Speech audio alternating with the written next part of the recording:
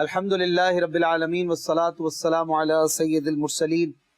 اما بعد فاعوذ باللہ من الشیطان الرجیم بسم اللہ الرحمن الرحیم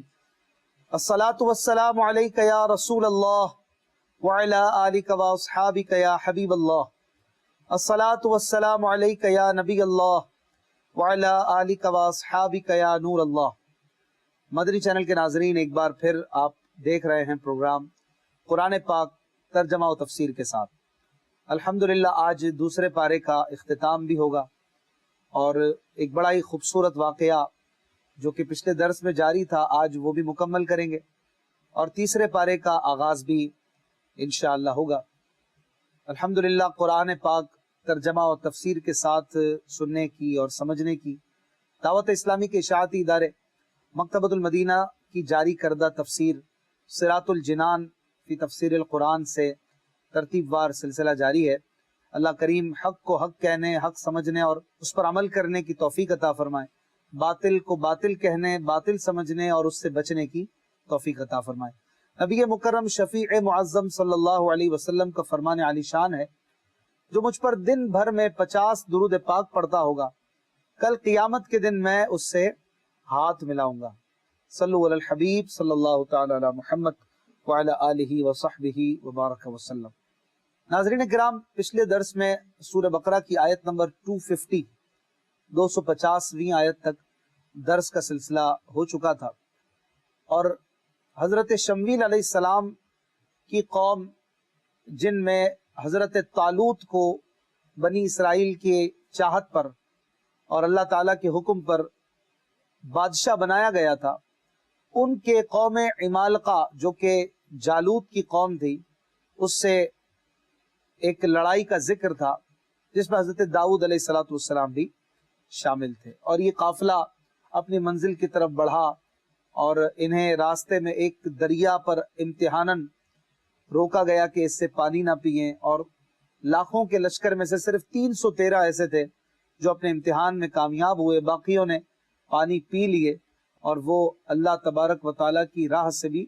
روک دیے گئے، وہ آگے نہ بڑھ پائے، اور 313 صرف جہاد کے لیے راضی ہوئے اور وہ راہ خدا میں آگے بڑھے۔ اور پھر اللہ تبارک و تعالیٰ آیت نمبر 251 جو کہ آج کے درس کی آغاز کی آیت ہے، اس میں ارشاد فرماتا ہے: اعوذ باللہ من الشیطان الرجیم بسم اللہ الرحمن الرحیم فہزموہم بإذن اللہ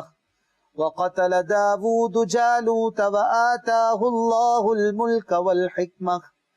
والحکمة وعلمہ مما یشاء ولولا دفع اللہ الناس بعضهم ببعض لفسدت الارض ولكن اللہ ذو فضل علی العالمین۔ ترجمہ: تو انہوں نے اللہ کے حکم سے دشمنوں کو بھگا دیا اور داؤد نے جالوت کو قتل کر دیا، اور اللہ نے اسے سلطنت اور حکمت عطا فرمائی اور اسے جو چاہا سکھا دیا، اور اگر اللہ لوگوں میں ایک کے ذریعے دوسرے کو دفع نہ کرے تو ضرور زمین تباہ ہو جائے، مگر اللہ سارے جہان پر فضل کرنے والا ہے۔ ناظرین کرام، اس قصے میں 3 اہم کیریکٹرز ہیں۔ ویسے تو 313 اللہ والے جو آگے بڑھے، لیکن 3 کیریکٹر اسلامی حساب سے وہ بڑے اہم ہیں۔ سب سے پہلے اللہ کے نبی حضرت شمویل علیہ السلام، دوسرے ہیں حضرت طالوت جنہیں بادشاہ بنایا گیا، یہ نبی نہیں تھے، بادشاہ تھے، اور تیسرے حضرت داؤد علیہ السلام جن کا ذکر اب آ رہا ہے۔ اور ان کا ذکر کہاں پر ہے؟ جب جالوت کو قتل کیا گیا، جالوت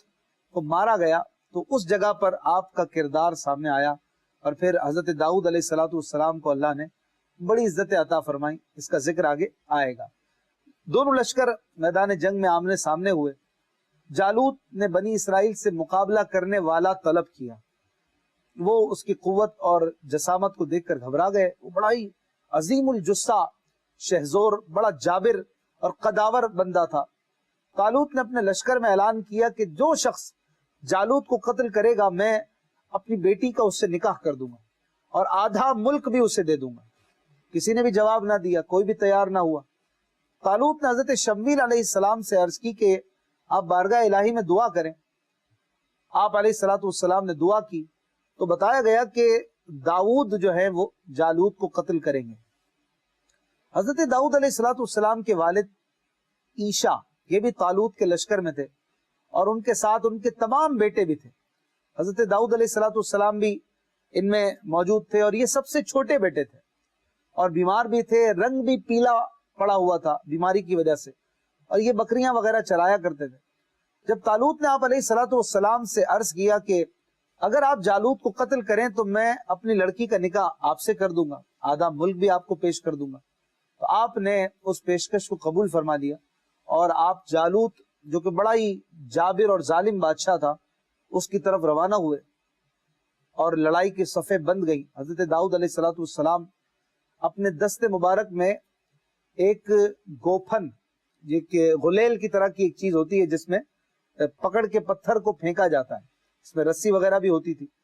وہ لے کر، جسے گوپھن بھی کہا جاتا ہے، یہ لے کر جالوت کے سامنے گئے اور اللہ تبارک و تعالی نے جالوت کے دل میں آپ کے لیے دہشت پیدا کر دی۔ اس کی باتیں بڑی متکبرانہ تھی اور وہ باتوں سے آپ کو مرعوب کرنا چاہتا تھا، لیکن آپ کے دل میں اللہ نے ہمت ڈال دی تھی۔ آپ نے پتھر رکھ کر اسے مارا تو پتھر سیدھا اس کے سر میں جا کے لگا اور پیشانی توڑ کر پیچھے سے نکل گیا اور جالوت جو تھا وہ فوراً ہی لڑائی سے پہلے ہی مر گیا۔ حضرت داؤد علیہ الصلوۃ والسلام نے اسے گھسیٹ کر طالوت کے سامنے ڈال دیا اور تمام بنی اسرائیل بڑے خوش ہوئے۔ طالوت نے حضرت داؤد علیہ الصلوۃ والسلام کو حسب وعدہ اپنا آدھا ملک بھی دے دیا، اس کے بادشاہ آپ بن گئے اور اپنی بیٹی کا آپ کے ساتھ نکاح بھی کر دیا۔ ایک مدت تک طالوت زندہ رہے اور اس کے بعد ان کی وفات ہوئی، اور وفات کے بعد سارے ہی ملک پر اللہ تبارک و تعالی نے حضرت داؤد علیہ الصلوۃ والسلام کو بادشاہ بنا دیا، آپ کو سلطنت عطا فرما دی۔ اور یہ اللہ کی شان ہے کہ کیسے کسی کو وہ ملک اور سلطنت عطا فرما دیتا ہے، اس کے راز وہی جانتا ہے۔ حضرت داؤد علیہ الصلوۃ والسلام کو اللہ تعالیٰ نے حکومت بھی عطا فرمائی، بادشاہت بھی ملی، حکمت یعنی نبوت بھی عطا فرمائی، اور آپ کو جو چاہا سکھا دیا، اور آپ کو زرہ بنانے کا فن بھی آتا تھا، آپ زرہ بناتے تھے، جانوروں کی باتیں سمجھ لیتے تھے، اور آپ کو بڑے بڑے معجزات اللہ تبارک و تعالیٰ نے عطا فرمائے تھے۔ طالوت کے اور جالوت کے اس واقعے میں بڑے زبردست درس بھی مسلمانوں کے سیکھنے کے لیے ہیں کہ ثابت قدمی یہ کم لوگوں کو نصیب ہوتی ہے، یہ بڑی عظیم خوبی ہے، اور ثابت قدم رہ کر اللہ کی اطاعت میں اور اللہ کی فرما برداری میں جو زندگی گزارتا ہے وہ بڑا خوش نصیب ہوتا ہے۔ بنی اسرائیل چلے تو لاکھوں کی تعداد میں تھے، پر 313 ہی بچے جو ایک فرسٹ امتحان میں کامیاب ہوئے، جو دریا پر پانی نہ پینے کی صورت میں ان سے لیا گیا۔ تو ثابت قدمی کم لوگوں کو نصیب ہوتی ہے، لہٰذا ثابت قدمی کی دعا کرنی چاہیے۔ پچھلی آیت میں یہ دعا بھی تھی کہ ثبت اقدامنا، یا اللہ ہمارے قدموں کو ثابت قدمی عطا کر، ہمیں تو جما کے رکھنا ہمارے پیروں کو، یا ہم انسان ہیں، ہم بہت جلدی بھٹک جاتے ہیں، ہم تیری راہ سے پھر جاتے ہیں، تو ہمیں تو اپنے کرم اور توفیق سے ثابت قدمی عطا فرما۔ اسی طرح اللہ تبارک و تعالیٰ نے بھی بڑے حکمت کے ساتھ جہاد سے پہلے، راہ خدا میں میدان میں اترنے سے پہلے ہی آزمائش فرما لی، پہلے ہی آزمائش کر لی، اور اس سے یہ بھی پتا چلا کہ پہلے آزمائش کسی کی کر لینا یہ بہتر ہوتا ہے۔ عین وقت پر کوئی بزدلی دکھاتا ہے تو اس کا نتیجہ زیادہ برا ہوتا ہے، اسی لیے پہلے مشقیں وغیرہ اور ٹریننگز وغیرہ اس طرح کی ہوتی ہیں کہ پہلے سے ایسا سینیریو کریٹ کیا جاتا ہے پروفیشنل لوگوں میں کہ جب بندہ اپنی فیلڈ میں اترے تو جب اسے ان حالات کا، ان مسائل کا سامنا ہو، اس سے پہلے ٹریننگ کے دوران ہی اسے ایسے مسائل وغیرہ دکھائے جائے کہ وہ عین وقت پہ جو مسائل، جو مشقتیں وغیرہ آ سکتی ہیں ان کو پہلے فیس کر لے اور ان سے کیسے نکلنا ہے اس کا طریقہ بھی اس کو آ جائے۔ تو عین وقت پر جب کوئی بزدلی دکھاتا ہے اور اسے مشقت پڑ جاتی ہے، جب وہ میدان میں بالکل کھڑا ہو، اس وقت پھر زیادہ پریشانی ہوتی ہے۔ اس لیے جب کسی کو بڑا کاز دینا ہو تو اس کی تربیت بھی اسی طرح ہونی چاہیے۔ اسی طرح یہ بھی پتا چلا کہ بڑے امتحان سے پہلے چھوٹے امتحان سے گزر لینا چاہیے، اس سے دل میں قوت پیدا ہوتی ہے۔ گرمیوں میں روزے رکھنا تکلیف دہ ہے تو ہلکے گرم موسم میں نفلی روزے رکھتے رہنا چاہیے تاکہ گرمی میں روزے رکھنے کی بھی مشق ہو جائے۔ بڑی چیزوں پر صبر کرنا مشکل ہوتا ہے، چھوٹی چھوٹی چیزوں پر صبر کا بندہ جب خود کو عادی بنائے گا تو بڑی چیزوں پر صبر کرنا بھی اس کے لیے آسان ہو جائے گا. سخاوت کرنے سے دل رکتا ہے اور زیادہ مال نہیں نکلتا, تو تھوڑا تھوڑا مال صدقہ کرتا رہے بندہ, تو زیادہ مال صدقہ کرنے کا بھی ذہن بن جاتا ہے. الغرض یہ قرآن کا ایک اصول ہے جو علم نفسیات میں بھرپور طریقے سے استعمال ہوتا ہے. اس کے ذریعے ہم اپنے سینکڑوں معمولات پر قابو بھی پا سکتے ہیں. آگے اللہ تبارک و تعالیٰ نے اس آیت مبارکہ میں یہ بھی ہمیں سبق دیا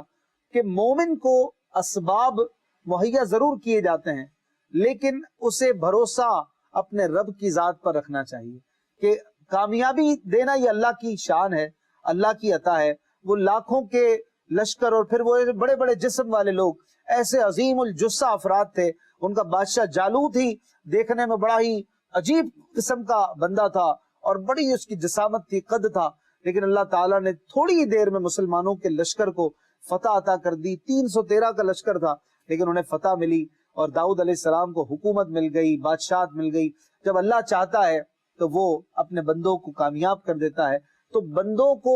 بھروسہ اپنے رب پر کرنا چاہیے, اللہ تبارک و تعالیٰ پھر کامیابی کی راہیں بھی طے کروا دیتا ہے. پھر ایک بڑی پیاری بات اس آیت میں یہ فرمائی گئی کہ وَلَوْلَا دَفْعُ اللَّهِ النَّاسَ بَعْضَهُمْ بِبَعْضٍ لَفَسَدَتِ الْأَرْضُ. اگر اللہ تبارک و تعالیٰ بلاؤں کو اور فساد پھیلانے والوں کو بعض لوگوں کے ذریعے نہ روکے اور انہیں نہ ان کا راستہ روکا جائے, انہیں نہ پکڑا جائے, انہیں نہ ہلاک کیا جائے, تو پھر زمین میں فساد پیدا ہو جائے. اور اس میں جہاد کی حکمت کا بھی بیان ہے کہ ہزاروں مصلحتیں ہیں. اگر گھاس نہ کاٹی جائے تو کھیت برباد ہو جاتا ہے, اگر گھاس کو ایسے ہی چھوڑا جائے تو وہ بنجر زمین کو کر دیتا ہے, اور اگر گھاس کو ملائم اور پلین رکھا جائے تو بڑی خوبصورتی رہتی ہے. اگر آپریشن کے ذریعے گندے مواد کو باڈی سے نہ نکالا جائے, اگر بگڑے ہوئے عضو کو نہ کاٹا جائے تو پورا بدن ہی خراب ہو جاتا ہے. اگر چور ڈاکوؤں کو نہ پکڑا جائے تو پورے شہر میں فساد برپا ہو جاتا ہے اور امن اور سکون نام کا نہیں رہتا. ایسے ہی اللہ تبارک و تعالی اپنے پیاروں کے ذریعے مغروروں, باغیوں اور سرکشوں کو دباتا ہے اور ان کے ذریعے فساد کو ختم کرتا ہے. کہ اللہ تبارک و تعالیٰ کی کائنات کو اپنی رننگ میں رکھنے, کائنات کو چلانے کی حکمتوں میں سے ہے, اور اس کی حکمتوں سے یہ سارا نظام زندگی چل رہا ہے. کسی نے کیا خوب کہا کہ وہی تو ہے جو نظام ہستی چلا رہا ہے, وہی خدا ہے. وہ خدا ہے جو اپنے زبردست انتظام سے لوگوں کو چلا رہا ہے, ان کے معاملات کو چلا رہا ہے. اور فساد اور ظلم کو بھی اللہ تبارک و تعالیٰ ایک لمٹ کے بعد کسی نہ کسی طرح روک دیتا ہے, پکڑ لیتا ہے. اور ایسا نہیں ہوتا کہ ظلم اتنا پھیل جائے کہ لوگ اس سے بچ ہی نہ پائیں. ایک وقت آتا ہے, اس کی لمٹ ہوتی ہے, اور بالآخر رب تبارک و تعالیٰ اپنے نظام کو چلاتے ہوئے ظلم کے آگے بھی بند باندھنے کے اسباب کو پیدا کر دیتا ہے. کسی نے کہا نا, ظلم پھر ظلم ہے, بڑھتا ہے تو مٹ جاتا ہے. تو ظلم بھی نہیں کرنا چاہیے, اور ظالم کے آگے بھی ایک لمٹ ہوتی ہے, حد ہوتی ہے. بالآخر جب وہ خدا کی پکڑ میں آتا ہے تو پھر وہ کہیں کا نہیں رہتا. یہ اللہ تعالیٰ کا نظام ہے, لہٰذا اس کے نظام کے آگے لڑنا نہیں چاہیے, ڈٹنا نہیں چاہیے. اللہ تعالیٰ کے آگے سر کو خم رکھنا چاہیے. آگے اللہ پاک آیت نمبر 252 میں ارشاد فرماتا ہے, یہ آیت دوسرے پارے کی آخری آیت ہے, اس کے بعد اب تیسرا پارہ شروع ہوگا. اللہ نے فرمایا تِلْكَ آیات اللہ نتلوها علیک بالحق وَإِنَّكَ لَمِنَ الْمُرْسَلِينَ. ترجمہ, یہ اللہ کی آیتیں ہیں جو اے حبیب ہم آپ کے سامنے حق کے ساتھ پڑھتے ہیں, اور بے شک تم رسولوں میں سے ہو. حضرین کرام, اللہ نے فرمایا کہ یہ میری نشانیاں ہیں, یہ آیتیں یہ میری نشانیاں ہیں, اور یہ حبیب کریم صلی اللہ علیہ وآلہ وسلم پر نازل ہوئی. کیسی کمال کی آیتیں ہیں, اور یہ اللہ کی کیسی نشانیاں ہیں کہ گمشدہ تاریخی حالات اور ایسے غیب کے علوم, یہ وہ قصے جو کئی 100 سالوں کے پہلے گزر چکے, یہ ساری معلومات حضور علیہ الصلوۃ والسلام کو اس وقت حاصل ہو رہی ہیں کہ جب ظاہری طور پر آپ نے کسی استاد سے کوئی بک نہیں پڑھی, کوئی علم نہیں سیکھا, اس کے باوجود یہ علم کے چشمے آپ کے ذریعے پھیل رہے تھے. یہ پورا قصہ جو یہ ہم نے ابھی سنا, یہ سب بھی حضور علیہ الصلوۃ والسلام کے ذریعے ہمیں قرآن کی صورت میں ملا. تو یہ سب بھی آپ صلی اللہ علیہ وسلم کی نبوت کی دلیل ہے, اور آپ صلی اللہ علیہ وآلہ وسلم نے ایسے درست حالات اور واقعات کو بیان فرمایا, یہ آپ پر سچی وحی کا ایک ثبوت بھی تھا, اور آپ صلی اللہ علیہ وسلم کی رسالت کی گواہی بھی تھی, جس پر خدا نے خود فرمایا کہ وَإِنَّكَ لَمِنَ الْمُرْسَلِينَ، آپ سچے رسول ہیں اور آپ صاحب وحی ہیں۔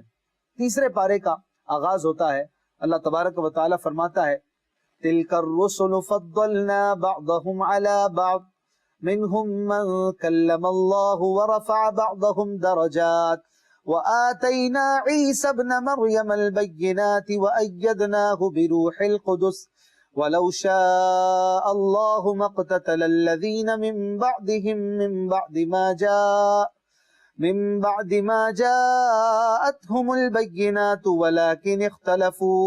فمنهم من آمن ومنهم من كفر ولو شاء الله ما اقتتلوا ولكن الله يفعل ما يريد۔ ترجمہ، یہ رسول ہیں، ہم نے ان میں ایک کو دوسرے پر فضیلت عطا فرمائی، ان میں کسی سے اللہ نے کلام فرمایا، اور کوئی وہ ہے جسے سب پر درجوں بلندی عطا فرمائی، اور ہم نے مریم کے بیٹے عیسیٰ کو کھلی نشانیاں دی اور پاکیزہ روح سے اس کی مدد کی، اور اگر اللہ چاہتا تو ان کے بعد والے آپس میں نہ لڑتے جبکہ ان کے پاس کھلی نشانیاں آ چکی تھیں، لیکن انہوں نے آپس میں اختلاف کیا تو ان میں کوئی مومن رہا اور کوئی کافر ہو گیا، اور اگر اللہ چاہتا تو وہ نہ لڑتے، مگر اللہ جو چاہتا ہے کرتا ہے۔ سورہ بقرہ کی آیت نمبر 253 ہے، جہاں قرآن میں یہ آیا کہ ہم ان میں کوئی فرق نہیں کرتے، جیسے کہ سورہ بقرہ کے آخر میں ہے لا نفرق بین احد من رسلی، تو اس سے مراد بھی یہی ہوتا ہے کہ اصل نبوت میں ان کے درمیان کوئی فرق نہیں، سب کے سب برابر نبی ہیں، البتہ ان کے مراتب جدا ہیں، ان کے درجات، ان کے لیولز میں فرق ہے، خصائص و کمالات میں فرق ہے، درجات مختلف ہیں، بعض سے اعلیٰ ہیں، اور ہمارے آقا صلی اللہ علیہ وآلہ وسلم سب سے اعلیٰ ہے۔ یہی اس آیت کا مضمون ہے اور اسی پر تمام امت کا اجماع ہے۔ یہاں آیت میں بعض کو بعض سے افضل فرمایا گیا، اس سے پتہ چلا کہ یوں نہیں کہنا چاہیے کہ بعض سے ادنا ہے، یہ ادب کے خلاف ہے، بلکہ یوں کہنا چاہیے کہ بعض سے افضل ہے۔ جب انبیاء اکرام علیہم السلام کے باہمی فضائل بیان کیے جائیں تو صرف وہ فضائل بیان کریں جو قرآن مجید اور احادیث مبارکہ یا اولیاء اور محقق علماء سے ثابت ہوں، اپنی طرف سے گھڑ کر کوئی فضیلت بیان نہیں کرنی چاہیے، اور ان فضائل کو بھی اسی طرح بیان کیا جائے جس طرح بیان کیے گئے کتابوں میں، روایتوں میں، اور کوئی ایسا انداز نہ ہو انبیاء کی شان بیان کرنے میں کہ معاذ اللہ کسی دوسرے نبی کے لیے تحقیر کا کوئی پہلو نکلتا ہو۔ زیر نظر آیت میں تمام انبیاء علیہ السلام میں سے بطور خاص 3 انبیاء اکرام علیہ السلام کا ذکر کیا گیا۔ سب سے پہلے حضرت موسیٰ علیہ السلام ہیں، جن سے اللہ تعالیٰ نے کوہ طور پر بلا واسطہ کلام فرمایا، جبکہ یہی شرف سید الانبیاء صلی اللہ علیہ وآلہ وسلم کو معراج میں حاصل ہوا۔ دوسرے نبی جن کا اس آیت میں تذکرہ ہے وہ حضرت عیسیٰ علیہ السلام ہیں، جنہیں روشن نشانیاں عطا ہوئیں، جیسے مردے زندہ کرنا، بیماروں کو تندرست کرنا، مٹی سے پرندہ بنا کر اسے اڑا دینا، غیب کی خبریں دینا وغیرہ۔ نیز روح القدس یعنی حضرت جبریل علیہ السلام کے ذریعے آپ کی تائید کی گئی، جو ہمیشہ آپ کے ساتھ رہتے تھے۔ تیسری وہ ہستی ہے جن کے بارے میں فرمایا کہ کسی کو ہم نے درجوں بلندی عطا فرمائی، اور وہ ہمارے آقا و مولا ملجا و ماوا حضور پر نور سید الانبیاء محمد مصطفیٰ صلی اللہ علیہ وآلہ وسلم ہے، کہ آپ کو کثیر درجات کے ساتھ تمام انبیاء علیہ السلام پر فضیلت عطا فرمائی۔ اس عقیدے پر تمام امت کا اجماع ہے، اور یہ عقیدہ بکثرت حدیثوں سے ثابت ہے۔ اس آیت میں حضور اقدس صلی اللہ علیہ وآلہ وسلم کی اس رفعت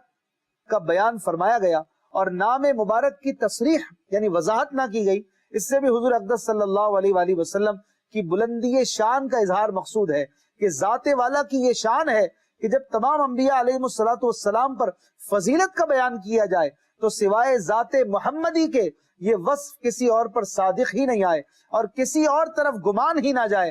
حضور پر نور صلی اللہ علیہ وآلہ وسلم کے وہ خصائص جن میں آپ تمام انبیاء علیہ السلام پر فائق ہیں، افضل ہیں، اور ان میں آپ صلی اللہ علیہ وآلہ وسلم کا کوئی شریک نہیں ہے، یہ بے شمار ہیں۔ قرآن کریم میں ارشاد ہوتا ہے کہ ہم نے انہیں درجوں بلند کیا، اور درجوں، جب اللہ تبارک و تعالیٰ درجوں فرمائے تو پھر اس کا کوئی شمار نہیں کر سکتا ہے، اس کو کوئی گن نہیں سکتا ہے کہ کتنا اللہ نے آپ کو بلندیاں عطا فرمائیں، اور ان درجوں کی کوئی حد نہیں ہے، بے شمار آپ کے خصائص ہیں۔ اور قرآن پاک میں اجمالی طور پر کئی جگہوں پر آپ صلی اللہ علیہ وسلم کی شان کو بیان کیا گیا، جیسا کہ آپ کے لیے کہا گیا کہ وَمَا أَرْسَلْنَاكَ إِلَّا كَافَّةً لِلنَّاسِ بَشِيرًا وَنَذِيرًا، اے محبوب ہم نے آپ کو تمام لوگوں کے لیے خوشخبری دینے والا اور ڈر سنانے والا بنا کر بھیجا۔ ایک جگہ پر فرمایا لِيَكُونَ لِلْعَالَمِينَ نَذِيرًا، تاکہ وہ نبی تمام جہان والوں کو ڈر سنانے والا بن جائے۔ آپ کی رسالت ساری کائنات کی طرف ہے۔ پہلے انبیاء، پہلے رسول بعض مقامات کے لیے تشریف لاتے تھے، بعض شہروں کے لیے، بعض ملکوں کے لیے بھی آئے، لیکن آپ صلی اللہ علیہ وآلہ وسلم کی رسالت تمام کائنات کی طرف ہے اور ہمیشہ کے لیے ہے۔ مسلم شریف کے حدیث میں ارشاد ہوا ارسلت الی الخلق کافہ، میں اللہ کی تمام مخلوق کی طرف رسول بنا کر بھیجا گیا ہوں۔ نیز آپ پر نبوت ختم ہو گئی، قرآن پاک میں آپ کو خاتم النبیین فرمایا گیا۔ حدیث شریف میں ارشاد ہوا مجھ پر نبوت ختم کر دی گئی۔ یہ وہ فضائل ہیں، یہ وہ کمالات ہیں کہ جن میں آپ صلی اللہ علیہ وآلہ وسلم کا کوئی ثانی نہیں ہے۔ اسی طرح آپ صلی اللہ علیہ وسلم کو انبیاء میں سب سے زیادہ معجزات عطا کیے گئے۔ آپ کی امت کو تمام امتوں پر افضل کیا گیا۔ حوض کوثر، مقام محمود، شفاعت کبریٰ یہ آپ کو عطا ہوئی۔ شب معراج خاص قرب الہی آپ کو ملا۔ علمی و عملی کمالات میں آپ کو سب سے اعلیٰ کیا گیا، اور آپ کے بے انتہا خصائص ہیں جن کا بیان کرنا یہ ہمارے بس کی بات نہیں ہے۔ اعلیٰ حضرت رحمت اللہ تعالی علیہ نے تمام انبیاء کرام علیہم الصلاۃ پر حضور پاک صلی اللہ علیہ وسلم کی افضلیت پر پوری کتاب تحریر فرمائی ہے، جس کا نام ہے تجلی الیقین بأن نبینا سید المرسلین، یعنی یقین کا اظہار اس بات کے ساتھ کہ ہمارے نبی صلی اللہ علیہ وآلہ وسلم تمام رسولوں کے سردار ہیں۔ اس کتاب میں 10 آیتیں اور 100 حدیثیں اس بات کے ثبوت میں بیان فرمائی کہ ہمارے پیارے نبی صلی اللہ علیہ وسلم سب سے افضل نبی اور رسول ہیں۔ فتاوی رضویہ شریف کی 30ویں جلد میں یہ کتاب، یہ رسالہ آپ پڑھ سکتے ہیں، اور یہ رسالہ پڑھنے سے ایمان تازہ ہو جاتا ہے۔ اعلیٰ حضرت لکھتے ہیں نا، سب سے اولا والا ہمارا نبی، سب سے بالا والا ہمارا نبی، خلق سے اولیاء، اولیاء سے رسول، اور رسولوں سے اعلیٰ ہمارا نبی، ملک کونین میں انبیاء تاجدار، تاجداروں کا آقا ہمارا نبی۔ آیت نمبر 253 میں یہ بھی بیان ہوا کہ وَلَوْ شَاءَ اللَّهُ مَقْتَتَلَ الَّذِينَ مِن بَعْدِهِمْ، بعد میں آنے والے جو لوگ ہیں اگر اللہ چاہتا تو یہ آپس میں نہ لڑتے اور یہ فساد نہ کرتے۔ تو انبیاء اکرام علیہ السلام کے معجزات وغیرہ اور ان کی شان وغیرہ کا ذکر کرنے کے بعد ان کی امتیں کس حال میں رہیں اس کا بھی ذکر یہاں پر کیا گیا، کہ یہ نہ ہوا کہ سب کے سب امتیں مطیع و فرما بردار ہو گئی ہوں، بلکہ یہ اللہ تبارک و تعالیٰ کا نظام حکمت ہے کہ اس نے انہیں ایک طرح کا اختیار عطا فرمایا۔ اگر وہ چاہتا تو کوئی بھی آپس میں نہ لڑتا، لیکن اللہ تعالیٰ جو چاہتا ہے کرتا ہے، اس کے ملک میں اس کی مشیت کے خلاف کوئی کچھ نہیں کر سکتا، اور یہی خدا کی شان ہے۔ ہمیں صرف یہ حکم ہے کہ اللہ تعالیٰ کے حکم پر سر تسلیم خم کریں اور جو اس نے فرمایا ہے اس کے مطابق عمل کریں۔ اللہ پاک سے دعا ہے کہ وہ ہمیں قرآن پاک سمجھنے اور اس پر عمل کرنے کی توفیق عطا فرمائے۔ زندگی رہی تو انشاءاللہ آیت نمبر 254 سے اگلے درس کا آغاز کریں گے۔ اپنا خیال رکھیے گا۔ صلو علی الحبیب صلی اللہ تعالی علی محمد صلی اللہ علیہ